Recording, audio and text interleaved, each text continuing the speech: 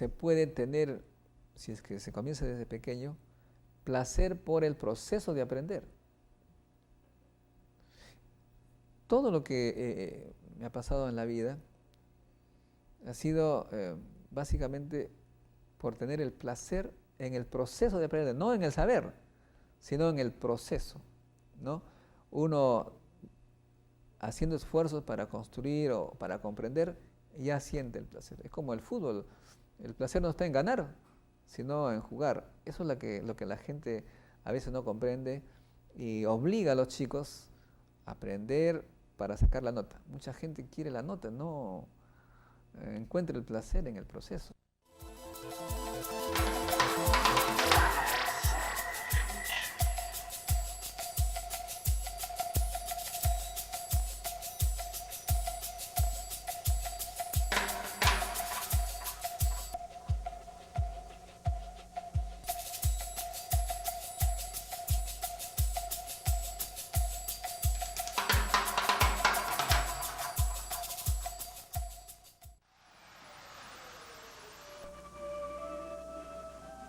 Yo nací pues en el año 49, en Salpo. Salpo es un pueblito a 3.550 metros sobre el nivel del mar, en la sierra de Trujillo. Mi padre era obrero de Sidre Perú. Entonces cuando yo cuando yo le iba a dejar el desayuno, por ejemplo, a su trabajo, en el camino, te podrás imaginar, atravesar pues la planta de hierro, la planta de acero, con toda la tecnología que en esa época era la planta más moderna, una de las más modernas de América del Sur, y que estaba dirigida por franceses. O sea que tuve contacto con la tecnología de alto nivel. La secundaria técnica la hice en Chimbote. Yo regresé a Chimbote con mi madre y es allí donde mi papá, sin consultarme, me puso en un instituto técnico. No me consultó. No me consultó. Me sentí un poco frustrado al principio porque eso era para trabajar a los 15 años, era técnico, ¿no? Pero a los 6 meses me sentí feliz porque había cosas que me gustaban, experimentos, ¿no? Hacíamos circuitos. Es una cosa prácticamente de laboratorio. Al terminar la secundaria técnica, por haber sido el primero o uno de los primeros, me envían becado al José Pardo para seguir la carrera de técnico, pero ya a un nivel superior, técnico de mando medio le llamaban, ¿no? Ya era una especie de eslabón entre el ingeniero y el técnico. Y en este instituto, en el Politécnico José Pardo, era interno, también hay pues experiencias interesantes que poco a poco me fueron desviando a la física y a las matemáticas, motivo por el cual pregunté dónde había una facultad que me enseñe una carrera para pensar, para comprender la física, la matemática, la química. Y justo había una facultad que tenía ese nombre. Era como algo que me caía del cielo, era Facultad de Ciencias Físicas y Matemáticas. Era como un poco más y decían, esta facultad es hecha para ti. Lo único que era difícil era el ingreso, ¿no? Por el cual, aprovechando las tardes, me preparé en el Instituto Matemático Superior.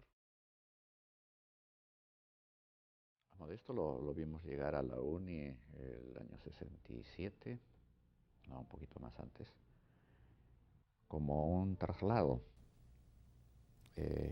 El primer curso que tomó conmigo fue el de física, de primer año naturalmente. Él venía de un instituto técnico y tenía que ponerse al día. Entonces, no lo noté al comienzo, desde luego, porque hay bastantes alumnos, ¿no? Pero después de unos cuantas semanas, pude darme cuenta que estaba entre los mejores. Le propuse yo de que se quedara en vacaciones, que íbamos a tener un curso especial. Se quedó y de allí surgió la tesis, porque al terminar ese curso se me ocurrió a mí, entre todos los que estaban allí, escogerlo a él para un problemita que tenía que ver directamente con el curso que habíamos hecho en el verano. era un problemita de aplicación. Se trataba de encontrar la trayectoria de un protón cuando se acercaba a un núcleo, que lo repelía. Y luego de cambiar el signo de una de las cargas para conseguir más bien una atracción. Luego alteramos otras condiciones como para obtener una variedad de curvas. Lo difícil allí era programar en la clase de computadoras que habían en ese momento y obtener trayectorias. Entonces eso lo tuvimos que hacer con la computadora de San Marcos, me acuerdo. En esa fecha logramos acceso a la computadora de San Marcos sin problema. Algo que después se perdió, porque acá en el Perú las universidades entre sí generalmente no realizan proyectos conjuntos. Después de esa tesis me entró la curiosidad por los cálculos, las fórmulas, y usted me convenció para hacer la maestría en física, pero la maestría en la UNI era muy exigente, en una serie de requisitos. Era dirigida por el doctor Carlos del Río y escogí una tesis muy teórica, ¿no? La teoría de la relatividad general. La tesis que él presenta, su tesis de grado, que presenta él en la UNI, era sobre la relación o la interrelación que hay entre las fuerzas gravitacionales y las fuerzas electromagnéticas, ¿no? Él lo que trata de demostrar es cómo las fuerzas electromagnéticas pueden, de alguna manera, disminuir o eliminar las fuerzas gravitacionales. Un estudio con una base, un sustento matemático muy fuerte, ¿no? Que ya Einstein había hecho algunos estudios sobre eso, ¿no? Y esa tesis le valió para ganar después una beca para estudiar un doctorado en física en Francia.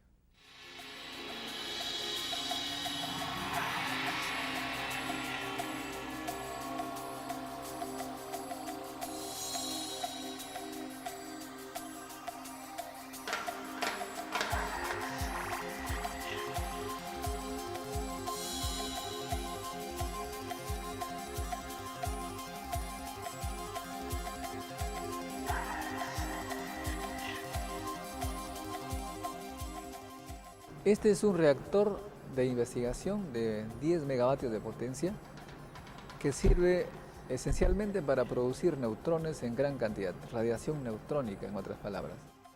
De modo que el reactor produce radioisótopos, sustancias radioactivas que pueden tener dos fines. Una, para hacer análisis químicos, es decir, qué compone la sustancia irradiada, y otra para usar esta sustancia en medicina, agricultura, medio ambiente. En medicina, por ejemplo, incorporándolas a fármacos y convertirlas entonces en radiofármacos, los que sirven para analizar enfermedades, diagnóstico de enfermedades de diversos órganos del cuerpo humano, pero también puede servir para curar el cáncer, es decir, colocar las sustancias radioactivas en puntos cercanos a tumores para atacarlos y eliminarlos. Del centro del reactor salen rayos neutrónicos a través de tubos especiales que van a dar por ejemplo, esta ventana, que es una de las salidas de los neutrones, que luego van a ser utilizadas en un instrumento que se instala en este goniómetro, un instrumento llamado difractómetro. ¿Para qué sirve un difractómetro? Sirve para estudiar el ordenamiento de los átomos en los materiales, y el ordenamiento de los átomos tiene que ver con las propiedades que nosotros queremos. Además de identificar químicamente el elemento, se puede deducir las propiedades de los materiales. Bueno, Modesto, el amigo, es el mismo Modesto compañero de trabajo en los temas. Él es una persona muy inteligente. Tiene una capacidad muy grande de hacer simple las cosas, tomar solamente la parte medular y tomar decisiones y acciones en función de lo medular. Él es una persona bastante sensible, en el sentido de que entiende muy bien cómo actúan y cómo reaccionan las personas. Y en el fondo siempre he tenido la impresión de que él está haciendo permanentemente labor de investigación sobre las personas que lo rodean. Siempre él lo que hace es preguntas muy inquisitivas, bromas, y muchas de sus preguntas van orientadas un poco a motivar a que la persona con la que él está interactuando reaccione y muestre sus particularidades internas. Yo creo que en esa esencia quizás él también sea una especie de psicólogo en cuanto está investigando sobre la manera de ser y la manera de actuar de las personas. El Instituto de Física Nuclear de Orsay, curiosamente, contrario a lo que sucede en el Perú, selecciona a los profesores de todas las universidades y a los alumnos de todas las universidades. Y estamos todos juntos. Y es muy riguroso. La directora era la doctora Benoit. Me hace una entrevista. Me dice, pero acá hay que saber el francés en forma fluida para llevar los cursos. No, digo, pero va a tener dificultades. Al año, después de esto, la directora me llama, me dice, señor Montoya, usted ha quedado entre los primeros. Y hay una ley que ha salido de que a los primeros hay que darles una alocación especial, que era en realidad un fondo de investigación para hacerla en cualquier lugar. O sea, uno podía escoger su laboratorio para hacer su tesis. Mi objetivo era tener el mínimo tiempo en París. Y esa pasión y esa decisión me empujó a hacer la tesis no en 3 o 4 años como acostumbraban allá, sino lo hice en 1 año. La tesis de doctorado lo hice en 1 año. ¿El tercer ciclo? Sí. Y ahí me produjo un efecto contrario a lo planeado, ¿no?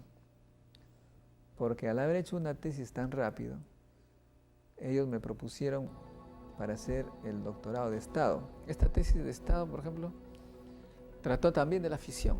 Y bueno, igual la tesis de Estado también la hice en tiempo más o menos récord, ¿no? Normalmente se puede tomar 5, 6, 7, 8 años. Yo la hice en 4. Y me vine inmediatamente, terminé la tesis, en octubre me vine inmediatamente a Lima, y acá en el IPEN estaba pues el general Barreda, le digo, y Benjamín Martigorena, hay trabajo en el IPEN, ¿y usted qué sabe hacer? Entonces, bueno, yo soy doctor en física nuclear y tengo pues experimentos en neutrónica que tienen que ver con la fisión nuclear. Oiga, ¿y eso tiene que ver con la bomba? Sí, es una de las aplicaciones. Hay trabajo. Cuando regresé acá al IPEN, cosa curiosa, todo esto era dirigido por militares. Con los civiles había mucha contradicción, sobre todo por la diferencia de trato. Los militares tenían de todo, o sea, se repartían porque era un proyecto de $100 millones, y los militares le daban cosas a los civiles por cosas pequeñas, cosa que produjo contradicción. Y nos vimos envueltos todos en una suerte de reclamos, pero como los militares no dejan de ser militares, reaccionaban muy, un poco exageradamente, ¿no? Y lo que ellos hicieron es, para que la gente se tranquilice, escogieron a 5 personas para expulsarlos del IPEN, entre los cuales tuve la mala suerte de estar yo. El hecho era que en la época del gobierno de Belaúnde había una ley según la cual si uno no tenía 3 años y 3 meses, su contrato podía ser resuelto al instante sin explicación alguna. Y fuimos 5 y nos sacaron.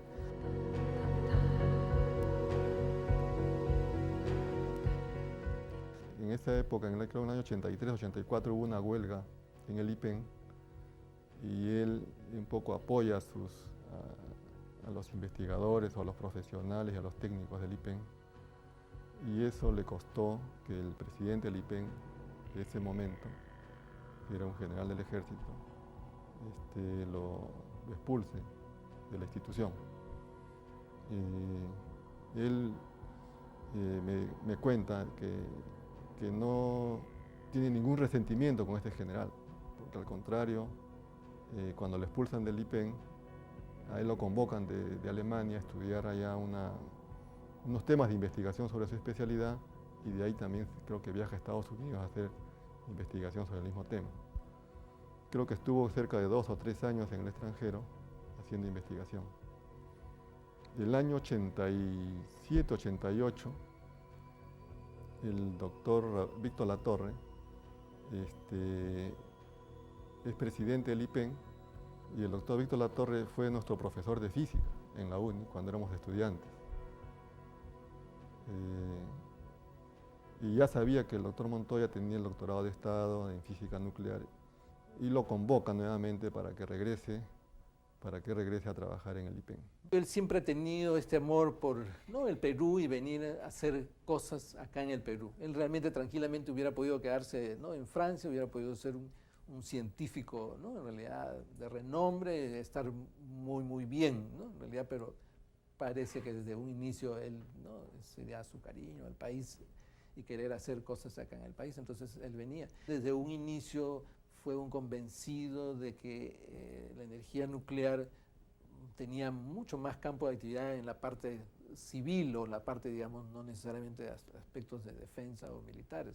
Entonces él también, tenemos conocimiento de sus continuas luchas en convertir este instituto en una entidad que al final, digamos, justifique la inversión que se hizo y rinda beneficios, ¿no?, al país. Del centro, final al fondo, está la puerta azul. Es por donde se reciben los radioisótopos que se están generando en el reactor nuclear que hemos visto.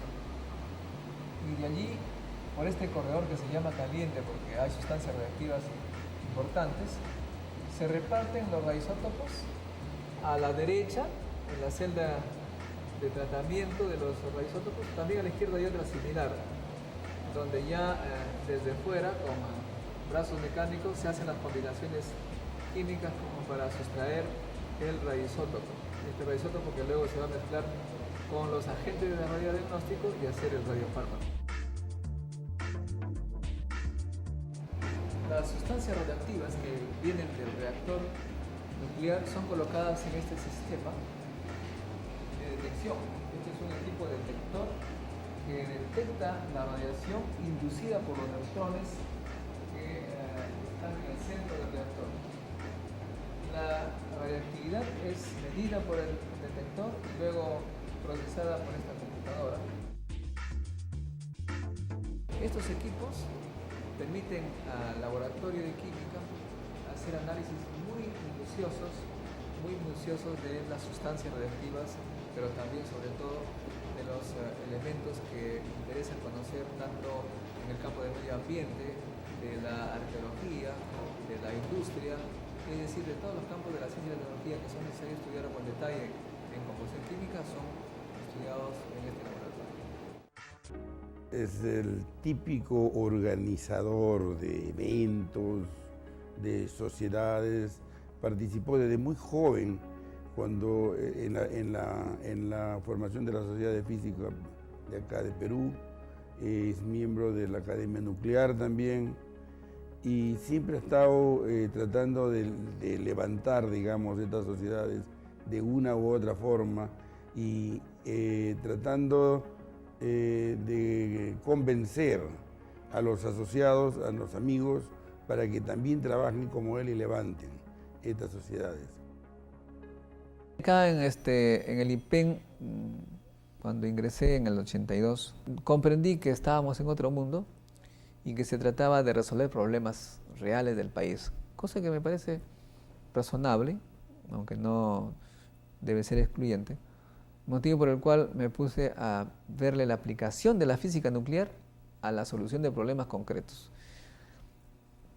Y allí, después de hacer un recorrido por el mundo mentalmente y algunos físicamente, algunos países físicamente visité, me di cuenta que había un campo fundamental para el país. Y creo que en algún momento usted también lo pensó e influyó para que algunos vayan por ese campo, que es la física médica. La aplicación de la física a la medicina. En concreto, el cálculo para hacer terapia del cáncer. Acá tenemos un equipo que sirve para verificar si el equipo de rayos X está bien colimado, que significa que apunta bien a donde uno tiene que tomar la imagen. Se pone una placa debajo, los rayos están bien colimados, se va a dar una imagen perfecta dentro del cuadrado que indica. Y si ponemos este dispositivo, tendríamos una sombra perfecta si es que está bien colimada. Acá se dibuja el pantallazo, los rayos que vienen de la fuente, este rectángulo. Y que vemos está totalmente desviado, no está en el centro, tendría que estar perfectamente encajando en el rectángulo de la placa. En este caso coincide más o menos de forma aceptable con el rectángulo de la placa metálica que hemos puesto allí. La importancia de este dispositivo es que nos permite verificar si es que los equipos de rayos X de cualquier laboratorio están bien colimados. Si no estuvieran y nos quieren tomar la imagen de un pulmón, no estarían apuntando al pulmón sino al costado, lo que obligaría a duplicar la dosis para tomar otra radiografía, y un aumento de dosis conlleva riesgo de cáncer innecesarios para el paciente. Existen normas internacionales donde nos dan niveles de referencia para cada tipo de examen que toman en radiología. Entonces lo que nosotros hacemos es verificar que esas dosis no sean superadas.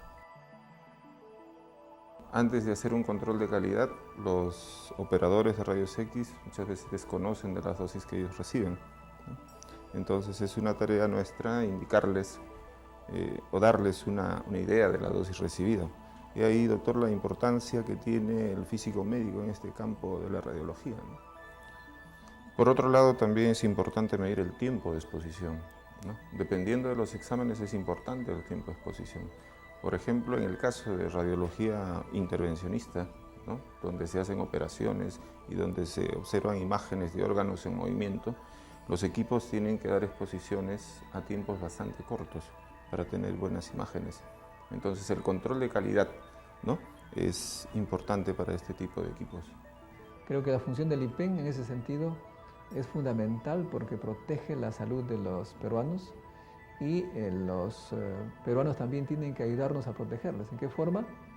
Cada vez que vayan a un equipo de rayos X para sacarse una placa, tienen que verificar que el operador tiene una licencia como operador, pero también su equipo tiene una licencia de funcionamiento. Eso significaría que el IPEN habría llegado con estos equipos para verificar el buen funcionamiento de todo el sistema de rayos X que cuenta ese centro hospitalario. En IPEN tenemos muchos proyectos de desarrollo en ciencia y tecnología, fundamentalmente en el área nuclear y en ramas que son colaterales o afines a la energía nuclear y a las tecnologías avanzadas. Dentro de eso tenemos proyectos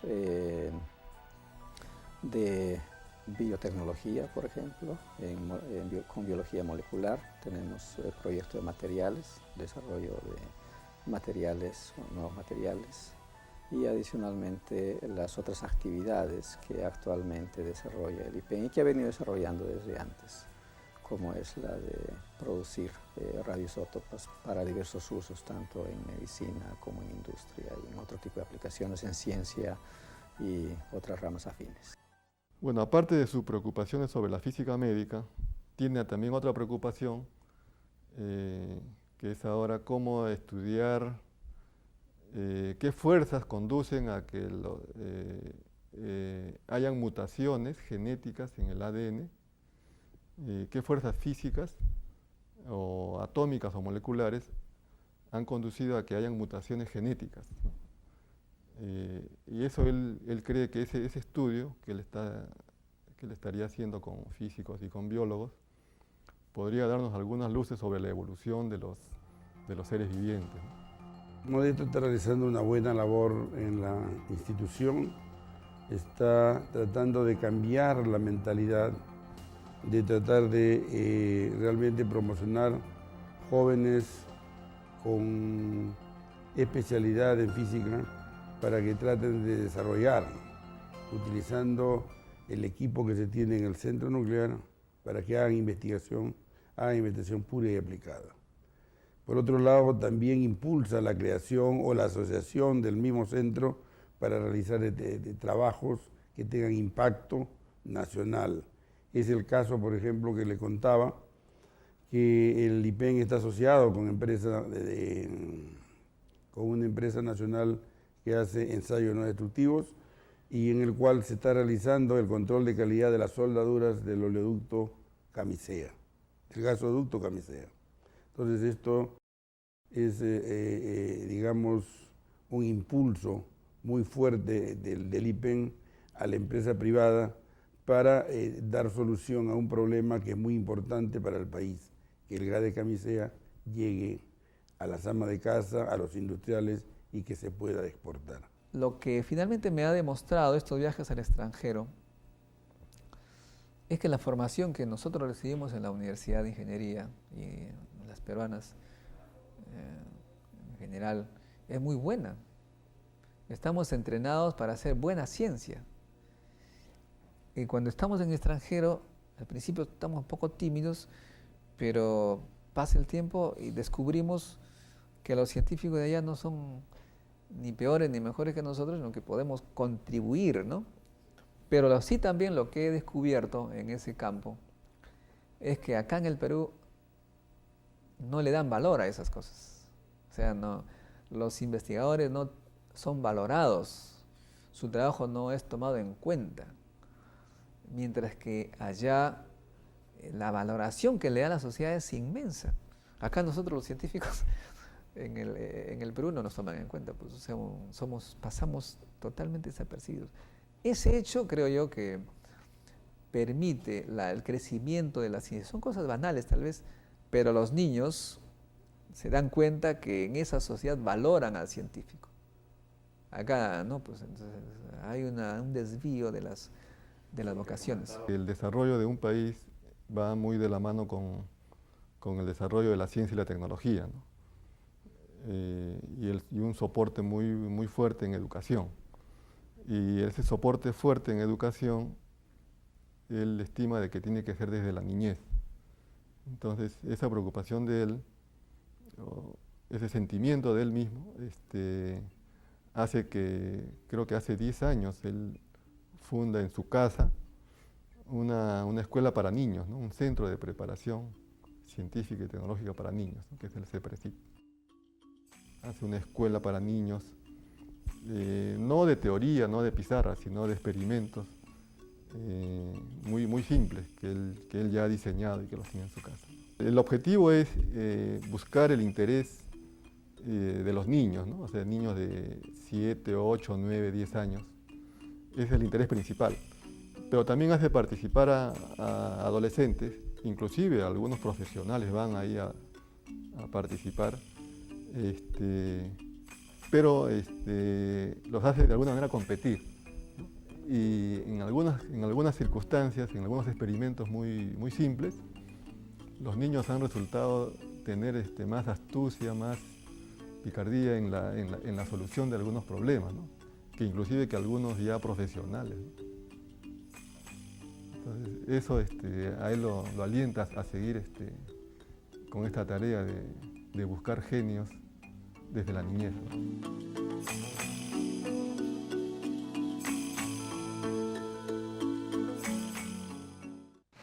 Desde aquí se hacen las combinaciones químicas necesarias y finalmente tenemos los radiofármacos, ¿no? Los radiofármacos que son de varios tipos. Acá esto es el tecnecio, acá tenemos samario, que sirve para el dolor, para calmar el dolor de huesos, para el cáncer de hueso. Y aquí tenemos otra más, la de molibdeno. Estas son laboratorios radioquímicos que hay que manipularlas brazos mecánicos. Una vez que se producen los radiofármacos, se van a colocar en un almacén. De la celda que hemos visto salen las sustancias radioactivas.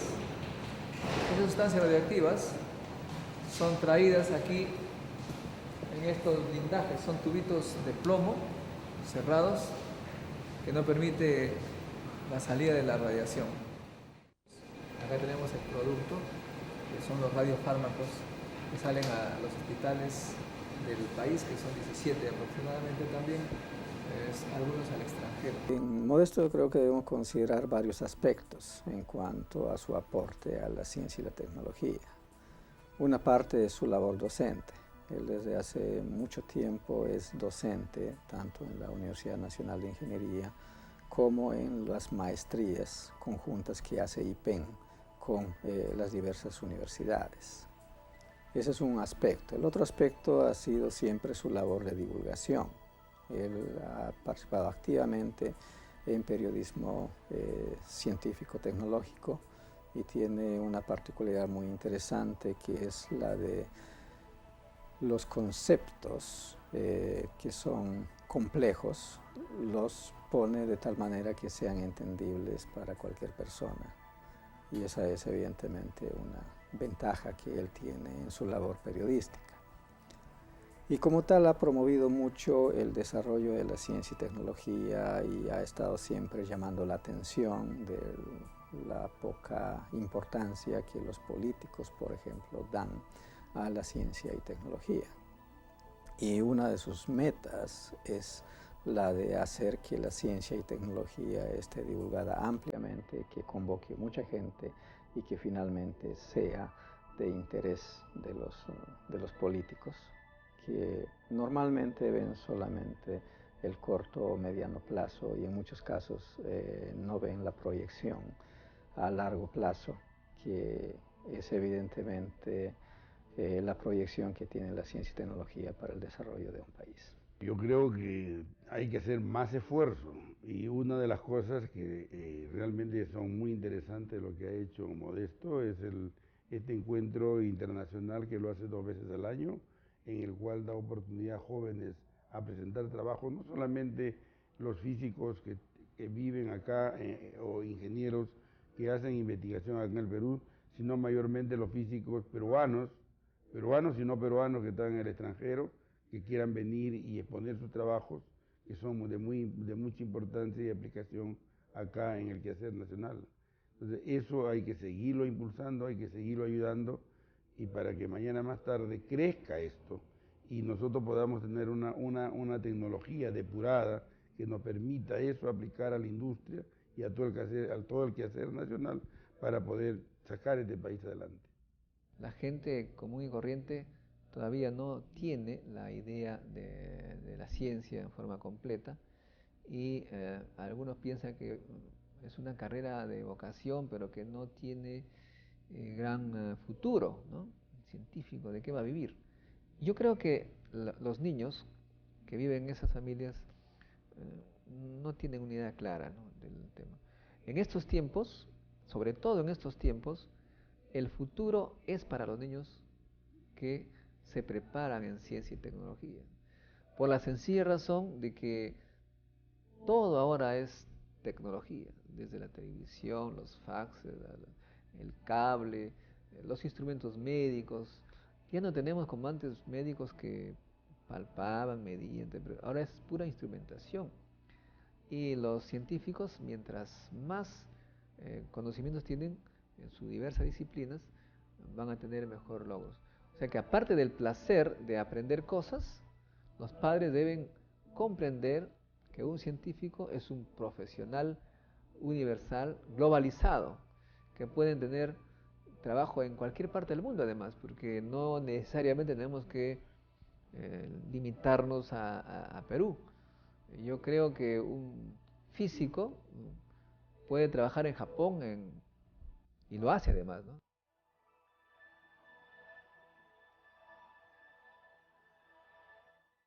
Los científicos, cuando se preparan en el Perú, en la escuelita o en la universidad de ciencias, ese tiene un mundo entero a su disposición, siempre y cuando aprenda pues adecuadamente las bases científicas.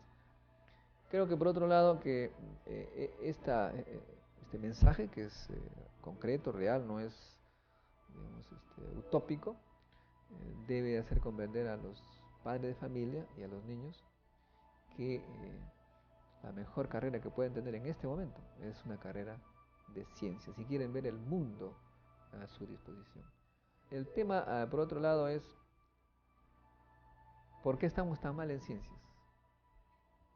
Primero, que tenemos una deficiencia en la formación de los profesores. Los profesores no saben ciencia, muy pocos son los que conocen. Yo he podido ver en la experiencia que he tenido como profesor, que incluso muchos profesores universitarios no saben lo que enseñan. Usted seguramente lo ha comprobado también. Y los profesores de secundaria menos. He visto decir cosas falsas delante del alumno. Y obviamente cuando el alumno descubre que era falso, pues pierde el respeto por los profesores. Creo que es necesario, primero, mejorar la educación. Y yo no soy de aquellos que hay que darnos más plata. No. La plata es necesaria, pero no se comienza por pedir más plata, se comienza por optimizar el sistema que se tiene actualmente. Un ejemplo concreto: el Instituto Peruano de Energía Nuclear, entre sus proyectos, tiene de dar enseñanza gratuita sobre los conceptos básicos de la física nuclear a todo el Perú. Gratis. Alguien me puede decir, bueno, ¿y los pasajes quién me paga? Bueno, que vengan pues los del barrio que nos rodea, en San Borja. Los profesores de todo San Borja y San Isidro vienen acá, nosotros les enseñamos gratis. Le he dicho al ministro respectivo de Educación, al viceministro más propiamente, que lo único que tiene que hacer el ministerio es invitarnos. Incluso nosotros podemos ir a las UCES a darle la preparación en ciencias básicas. Bueno, su trabajo que está haciendo en el IPEN ahora es importante por varias razones, ¿no? Primero, porque él está preocupado ahora con esta emergencia educativa en buscar una relación del IPEN con las universidades y con el Ministerio de Educación. Él trataría de buscar un convenio para poder formar, capacitar, actualizar a los profesores de educación secundaria, tanto de física, química, matemáticas y biología, capacitarlos a nivel de teoría y también a nivel experimental, ¿no? El IPEN tiene una infraestructura muy buena y tiene profesionales de muy alto nivel que puede aportar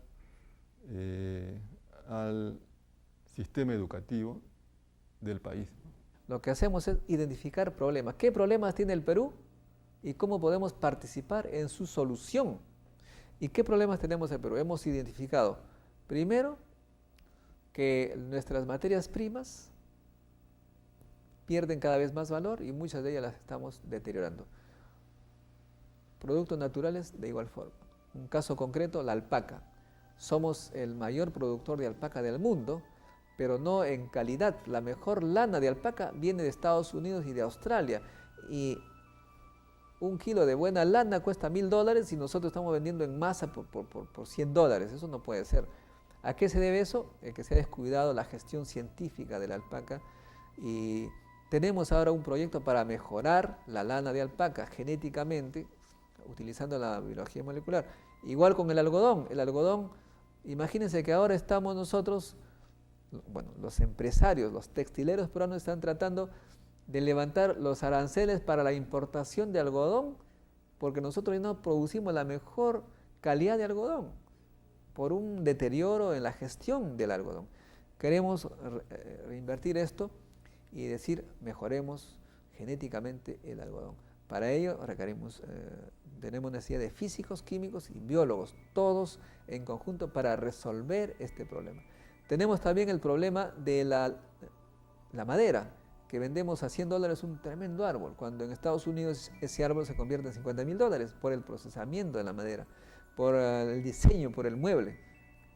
Podemos hacer, por lo menos en el instituto, un estudio de procesamiento de madera. Hemos contratado biólogos, químicos y físicos, entre los mejores del país, para atacar esos problemas. De modo que nuestros proyectos además tienen que ver con una multidisciplinaridad y multiinstitucional, porque estos problemas no los vamos a resolver solos, tiene que participar Agraria, la UNI y NIA. Tenemos que hacer la solución en forma óptima, utilizando recursos de todos. En el fondo lo que quiero decir es que los institutos y universidades deben optimizar sus recursos. Tenemos, usted lo sabe muy bien, cualquier cantidad de maestrías en física, cuando podemos hacer una sola de primerísima calidad, de nivel internacional. No es posible tener 3, 4 alumnos en cada universidad y tener 7 maestrías. Podemos tener una sola con 20 alumnos, los mejores, con los mejores profesores. Creo que entonces no estamos en la época de pedir dinero, sobre todo cuando el país no tiene, sino en optimizar lo que el Estado nos ha dado. Creo que esa es una parte muy importante que está haciendo el IPEN, porque tiene una maestría en física médica, una maestría en tecnología nuclear, la aplicación de las técnicas nucleares para resolver los problemas del país, convocando a los mejores alumnos, becándolos para que no se preocupen en otra cosa sino en estudiar, contratando profesores, trayendo expertos del mundo entero y sobre todo haciendo este tremendo encuentro científico internacional 2 veces al año con científicos que vienen de todo el mundo para que haya una mejor colaboración de nuestros amigos peruanos que se nos han quedado en el extranjero, y que no tengo ningún sentimiento de reproche contra ellos porque uno vive donde se siente mejor. Yo me siento mejor en el Perú, pero lo que sí tenemos que hacer es que donde estemos podamos colaborar para la solución de problemas peruanos. Y no solamente peruanos, sino amigos del Perú, que usted conoce muchos, que están dispuestos a colaborar, porque las fronteras se han borrado en ese sentido para la ciencia. Y para los problemas también, porque los problemas ambientales son de todo el mundo. De modo que, así es, de modo que la mejor invocación que le puedo dar a los chicos que puedan escuchar estas palabras es decirle: la ciencia es el futuro. Sin ciencia no hay futuro.